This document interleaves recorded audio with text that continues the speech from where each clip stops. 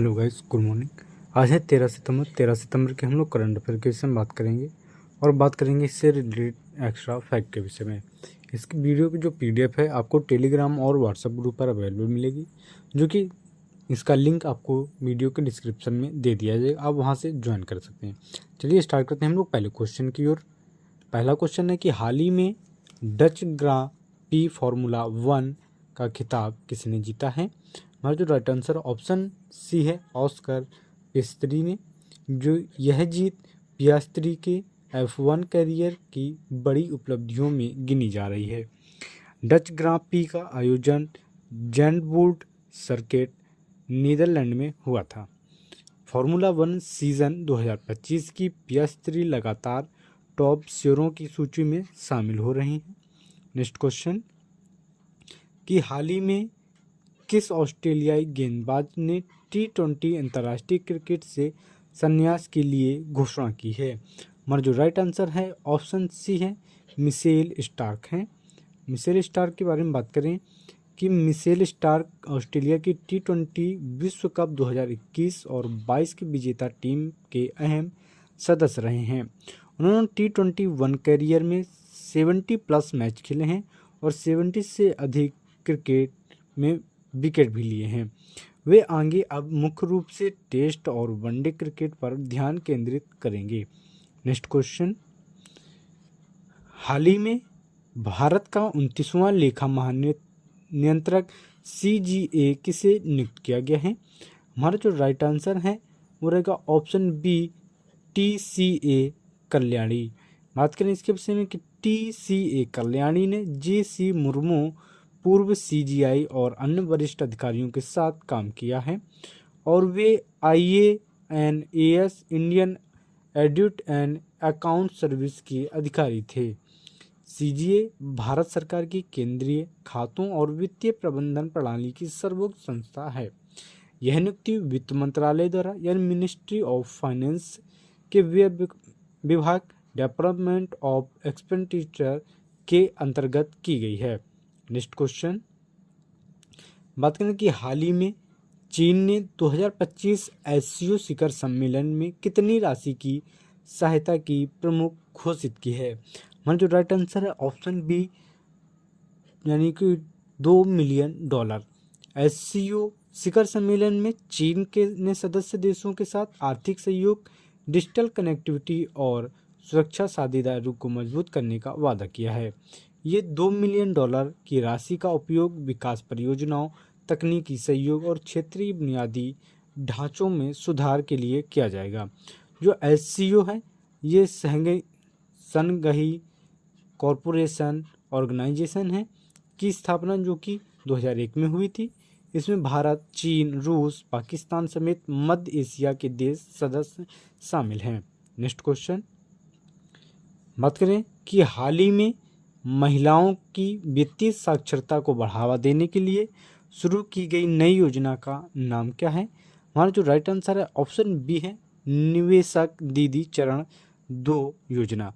जो निवेशक दीदी कार्यक्रम योजना है ये महिलाओं को निवेश, बचत, बीमा, शेयर बाजार और वित्तीय योजनाओं के बारे में जागरूकता करना है। चरण 2 के तहत ग्रामीण और शहरी क्षेत्रों में वर्कशॉप, सेमिनार और डिजिटल प्लेटफॉर्म के माध्यम से महिलाओं तक पहुंच बनाई जाएगी। यह पहल निवेशक शिक्षा और संरक्षण कोष प्राधिकरण IEPFA द्वारा चलाई जाती है। नेक्स्ट क्वेश्चन, बात करें कि 2025 में NCERT ने अपना कौन सा स्थान दिवस मनाया है। हमारा जो राइट आंसर रहेगा ऑप्शन सी है, 65वां। बात करें इसके विषय में कि NCERT ने 1 सितंबर 2025 को अपना 65वां स्थापना दिवस मनाया है, जो कि NEP 2020 के अनुरूप पहलों की शुरुआत की। मुख्य लॉन्च में बाल वाटिका TV, दीक्षा 2.0, प्रहास्तर 2.0 और समावेशी एवं डिजिटल शिक्षा के लिए किताब एक पढ़े अनेक शामिल हैं।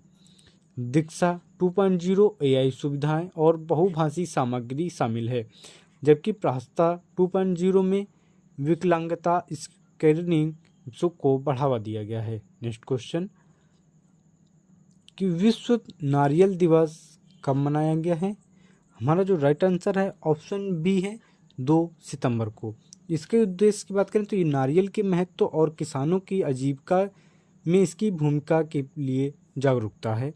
इसकी जो शुरुआत है वो APCC यानी Asian and Pacific coconut community है के द्वारा की गई है। वर्ष 2025 की जो थीम वो संभावित है sustaining coconut for climate resilience and prosperity, जो कि कृषि एवं जलवायु अनुकूल पर जोर दिया गया है।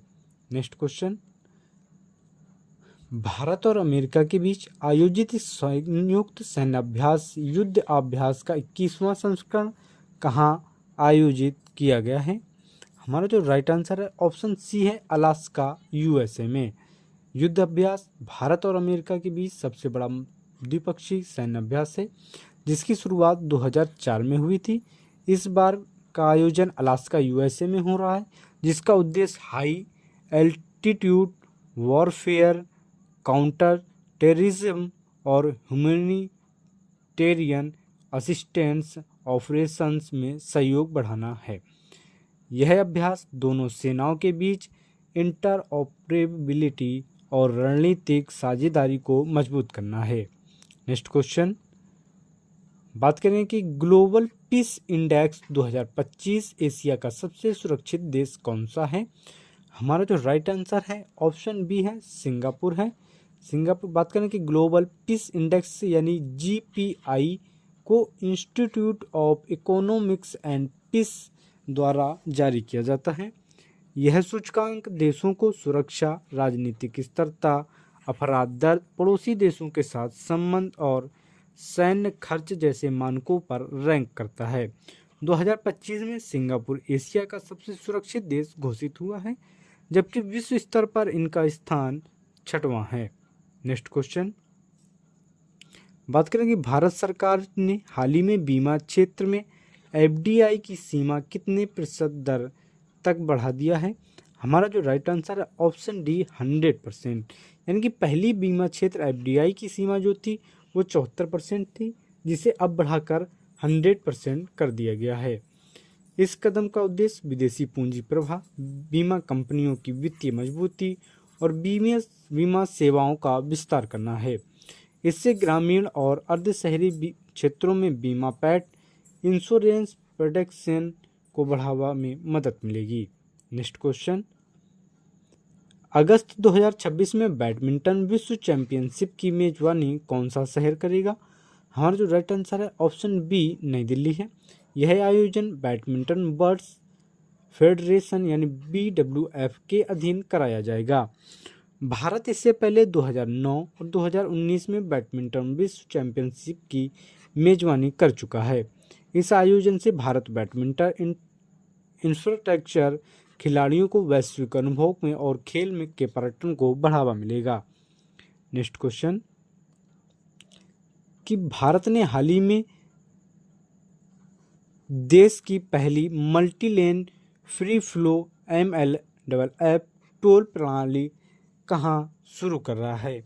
हमारा जो राइट आंसर है ऑप्शन बी गुजरात है कि कैमरा आधारित ANPR तकनीकी यानी ऑटोमेटिक नंबर प्लेट रिकॉग्निशन से वाहन नंबर अपने आप स्कैन होंगे और टोल शुल्क कट जाएगा।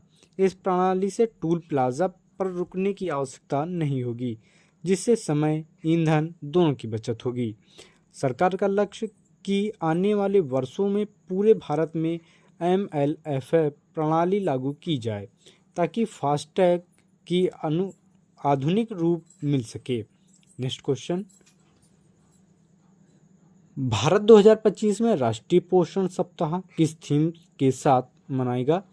हमारा जो राइट आंसर रहेगा ऑप्शन बी सब सही खाओ रहेगा। राष्ट्रीय पोषण सप्ताह हर साल 1 से 7 सितंबर तक मनाया जाता है। इसका उद्देश्य लोगों में संतुलित और पौष्टिक आहार का महत्व जागरूक करना है। 2025 की अगर थीम की बात करें तो इसका थीम है सही खाओ, जो स्वस्थ जीवन शैली के लिए सही खान पान अपनाने पर जोर देती है। नेक्स्ट क्वेश्चन, ब्रिटिश संग्रहालय 2027 में असम का कौन सा ऐतिहासिक वस्त्र आधार देगा? हमारा जो राइट आंसर है ऑप्शन बी है 16वीं शताब्दी का वृंदावन वस्त्र। यह वृंदावन वस्त्र 16वीं शताब्दी में धार्मिक और सांस्कृतिक धरोहर है, जिसे महापुरुष श्रीमंत शंकर देव की परंपरा से जोड़ा गया है। इसमें भगवान श्री कृष्ण के जीवन, लीला और उससे जुड़े चित्र अंकित हैं।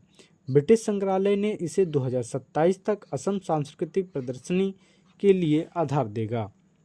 नेक्स्ट क्वेश्चन, कि हाल ही में पश्चिमी घाट पुनः खोजी गई दुर्लभ ड्रैगन फ्लाई कौन सी है? हमारा जो राइट आंसर है ऑप्शन बी एग्रियोकोनिया प्यूरी है। एग्रियोकोनिया प्यूरी नामक यह दुर्लभ ड्रैगन फ्लाई प्रजाति लगभग एक शताब्दी बाद पश्चिमी घाट में पुनः खोजी गई है। इससे पहले 1917 में दर्ज किया गया था, लेकिन बाद में लंबे समय तक दिखाई नहीं दिया। इसकी पुनः खोज पश्चिमी घाट की जैव विविधता और पारिस्थितिकी महत्व पर प्रकाश डालती है। पश्चिमी घाट यूनेस्को विश्व धरोहर स्थल है और यह भारत की 8 हॉट स्पॉट जैव विविधता क्षेत्रों में से एक है। तो ये हो गए हमारे 3 सितंबर के करंट अफेयर और इससे रिलेटेड एक्स्ट्रा फैक्ट भी। अगर वीडियो की PDF चाहिए तो आप टेलीग्राम पर ज्वाइन हो सकते हैं। मिलते हैं नेक्स्ट वीडियो में।